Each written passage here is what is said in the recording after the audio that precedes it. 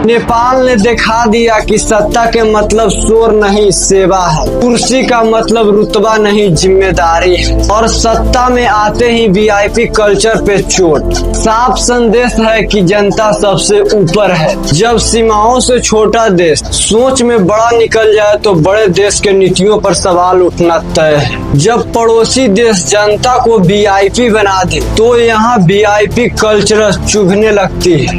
एक तरफ नेपाल और दूसरी तरफ है भारत। नेपाल में नेता सड़क पर निकलती है तो जनता पहले चलती है, वहीं भारत में नेता निकलते हैं तो सड़क खाली करवा दिया जाता है, ट्रैफिक रोक दिया जाता है, एम्बुलेंस फंस जाता है और आम आदमी इंतजार करता है। नेपाल ने दिखा दिया कि सत्ता के मतलब शोर नहीं सेवा है, कुर्सी का मतलब रुतबा नहीं जिम्मेदारी है, और सत्ता में आते ही वीआईपी कल्चर पे चोट। लंबी काफिले कम, दिखावटी सुरक्षा पर सवाल और नेताओं के आगे पीछे घूमने वाले गाड़ियों पर लगा।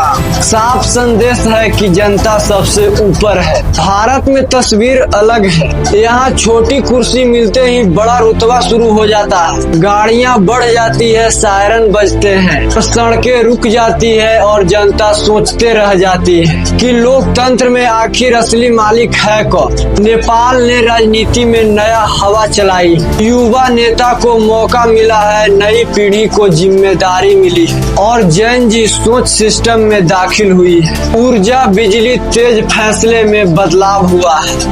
वहीं भारत में युवा भीड़ में दिखता है, पोस्टर पे दिखता है, रैली पर दिखता है, लेकिन फैसले लेने वाले कुर्सी तक पहुँचते पहुँचते लाइन छोटी पड़ जाती है। नेपाल ने शिक्षा पर सबसे बड़ा संदेश दिया है, चाहे वो मंत्री का बच्चा हो, चाहे वो अफसर का बच्चा हो, चाहे वो आम आदमी का बच्चा हो, पढ़ाई सबकी बराबर होनी चाहिए। सरकारी स्कूल मजबूत होगा तभी देश मजबूत होगा। भारत में पैसा है तो बड़ा स्कूल है, पैसा नहीं है तो टूटा सिस्टम है। कई जगह सरकारी स्कूल बंद हो चुके हैं, शिक्षा गायब है और बच्चों से काम करवाने की शिकायत आ रही है और ऊपर से भाषण की शिक्षा बदल रही है। नेपाल में कोचिंग को कारोबार नहीं बनने देने की सोच है। सस्ती पढ़ाई सबके लिए और क्वालिटी एजुकेशन हर बच्चों तक। वहीं भारत में कोचिंग इंडस्ट्री अरबों का खेल बन चुकी है। माता पिता कम कमाते हैं और फीस ज्यादा भरते हैं, बच्चे सपनों से ज्यादा दबाव ढोते हैं। वहीं नेपाल में सरकारी कर्मचारी लेट आए, काम चोरी करे, रिश्वत लेते पकड़े जाए तो सीधा कार्रवाई, और भारत में आम आदमी फाइन लेकर चक्कर काटते रहता है।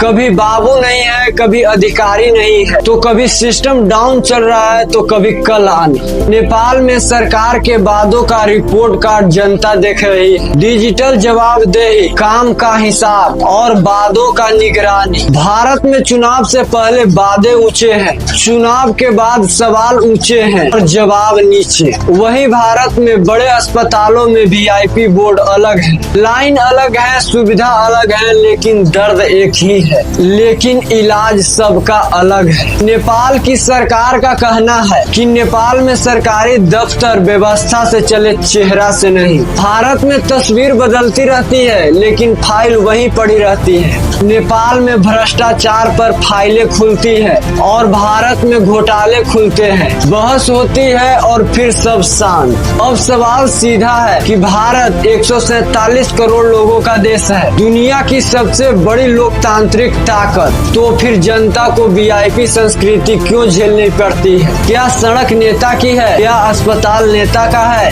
क्या स्कूल नेता का है? तो टैक्स जनता क्यों दे और सुविधा कुछ लोग क्यों ले जाए? वहीं नेपाल छोटा देश है लेकिन बड़ा संदेश दे रहा है, नई पीढ़ी को मौका, शिक्षा में समानता, वीआईपी कल्चर पे बात, सिस्टम में अनुशासन। भारत चाहे तो सब बदल सकता है, वीआईपी कल्चर खत्म हो सकता है और मंत्री और मजदूर के बच्चे एक स्कूल में पढ़ सकते हैं और अस्पताल में बराबरी हो सकती है, सड़क पर जनता आगे हो सकती है, सरकार रोज जवाबदेही हो सकती है और देश पूछ रहा है कि कब तक काफिले निकलेंगे और जनता रुकेगी, कब तक फीस बढ़ेगी और सिर्फ भाषण मिलेगी, कब तक गरीब के बच्चे कमजोर सिस्टम में फंसे रहेंगे, कब तक युवा पोस्टर लगाएंगे और फैसला कोई और करेगा। अब जनता जाग चुकी है।